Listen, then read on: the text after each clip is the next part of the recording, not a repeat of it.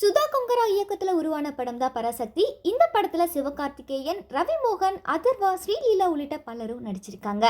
இந்த படம் ரிலீஸ்க்கு முதல் நாள் வரைக்கும் பாத்தீங்கன்னா சென்சார் பிரச்சனையில சிக்கி இருந்துச்சு. ஒரு வழியா திட்டமிட்டபடி பாத்தீங்கன்னா இன்னைக்கு வெளியாயிருக்குது. இந்த படம் இந்திய எதிர்ப்பு போராட்டத்தை மையமா வச்சுதான் எடுத்திருக்காங்க. இந்த படத்துல முதல் முறையா நடிகர் ரவி மோகன் அவர்கள் வில்லன் கேரக்டர்ல நடிச்சிருக்காரு. இதனால இந்த படம் எப்படி இருக்கும் அப்படின்ற எதிர்பார்ப்பு ஒரு பக்கம் இருந்தாலும், இன்னொரு பக்கம் ரவி மோகன் வில்லனா எப்படி நடிச்சிருக்கிறாரு அப்படின்றது குறித்து பெரிய எதிர்பார்ப்பு இருக்கு. இந்த நிலையில இன்னைக்கு இந்த படம் ரிலீஸ் ஆகியிருக்கு.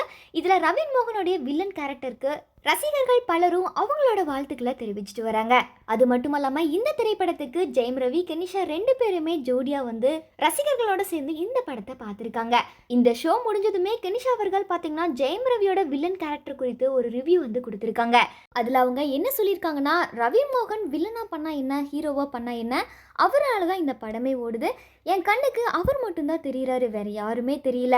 அதுவும் இந்த கேரக்டர்ல அவர் நடிக்க எவ்வளோ கஷ்டப்பட்டாருன்னு சொல்லிட்டு எனக்கு மட்டும்தான் தெரியும். அதனால இந்த படத்தை பார்க்கும்போது எனக்கு அவருக்காக தான் இந்த படத்தை எடுத்திருக்காங்களோ அப்படின்னு சொல்லிட்டு எனக்கு தோணுச்சு.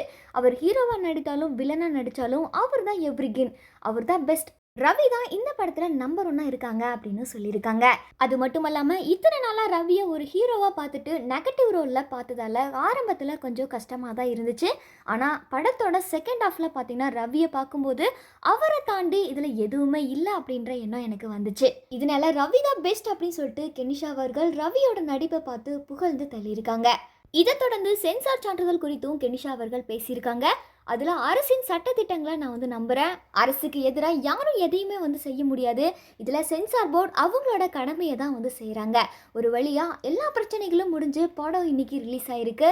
இந்த படத்தையும் மக்கள் பார்த்து ரசித்து கொண்டாடி வராங்க அப்படின்னு சொல்லியிருக்காங்க.